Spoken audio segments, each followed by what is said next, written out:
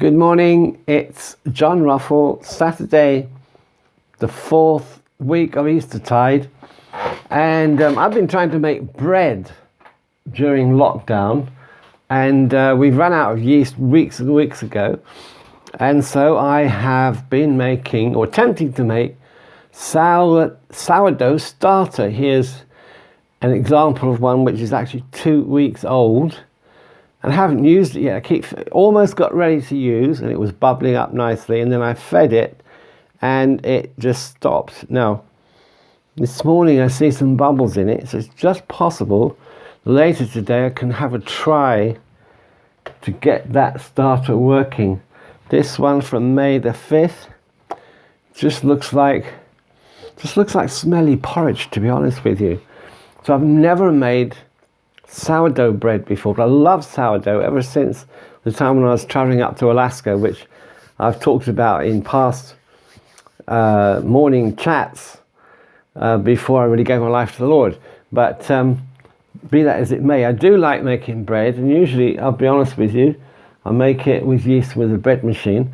But I did finally try a recipe yesterday that demands no bread machine, and you just put yogurt in it, and I had enough yogurt to make a small loaf, and unfortunately, because it was a small loaf, I had to change the ingredients and scale them down, and I scaled down the cooking time as well, and it didn't quite cook as fully as I'd have liked, but that's a whole wheat bread. And then our friend Kathy from our group had given me an Irish soda bread recipe, and I made one a couple of weeks ago. And this is the one I made yesterday, a little bit more successful than the one I made 2 weeks ago. So that's my soda bread I made yesterday. I haven't tried that one. So that's the best one I made so far. But what I find a lot of these recipes is that they lack salt. And, we're the salt of the earth. And so, I need to fix the ingredients a bit, because there's no set pattern of you do this, you do that. It's like you have to tweak things a little bit. But particularly with the sourdough starter, let's have a look at this one here. This one's from May the 1st. Smells like a little bittersweet, which is okay, but not really doing anything. When you start something new, it's a time of experimentation, and sometimes it just doesn't work first time out. And that's really how I feel about this lockdown and about this very important period that we're now beginning to enter into, which is the coming out of lockdown.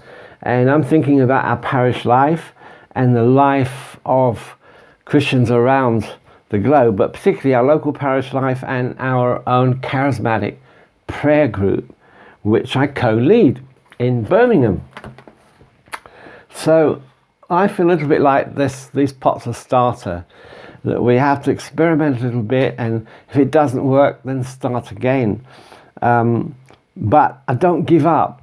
And this is the thing, let's hang in there and not give up on what God has called us to do.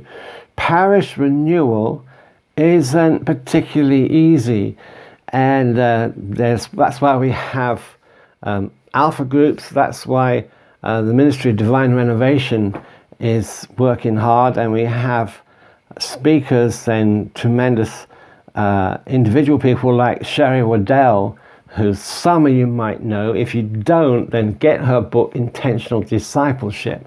She's a very inspirational speaker. I heard her speak last year, and got to ask her some questions, and it was just immediately clicked from where we were coming from. It was absolutely brilliant. Unfortunately, she's very, very busy and weren't able to spend any time really of any significance after the conference. So I'm saying all that because I'm aware that we have so many pressures. Let's say us as a prayer group, our parish clergy have pressures on them, and we are here to try to take some of that pressure from them, not to add to the pressure. And sometimes I feel like I'm he who troubleth Israel, which is a quote from 1 Kings, I think, chapter 18, or maybe chapter 8, verses 17, 18, somewhere around there anyway. And, you know, the prophets of old used to come and trouble the wayward kings. I'm not suggesting anybody is wayward, but sometimes we just need to be shook up a little bit and wake up and step up to the challenges that parish life brings, and this whole thing of drawing people compassionately and lovingly to a place of conversion of heart.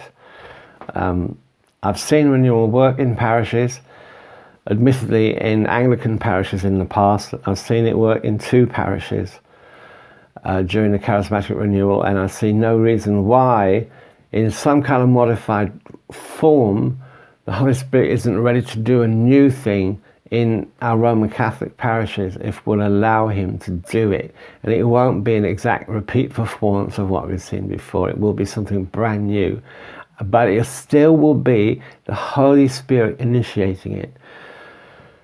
Folks, when renewal comes, I believe with all my heart, very controversial bit here, I'm going to have to leave you with this, but I'm going to say it anyway. I don't believe it's going to come because of the Pope or the Roman Curia or the Vatican, but renewal is going to come in spite of everything that's happening on the religious, political agenda, etc., etc. It's going to come from deep within our own spirituality.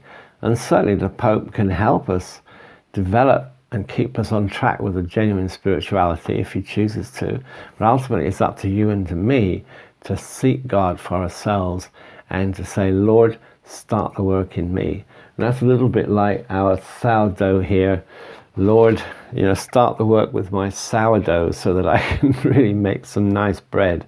And hopefully in the days to come, I'll be able to share with you not just my faltering steps of making soda bread with a nice Irish recipe, but I'll be able to share with you the work of some nice sourdough bread. It's a pity you can't eat it with me, but when lockdown's over, maybe we can do that together. Thanks very much, guys. Here's for parish renewal. God bless you.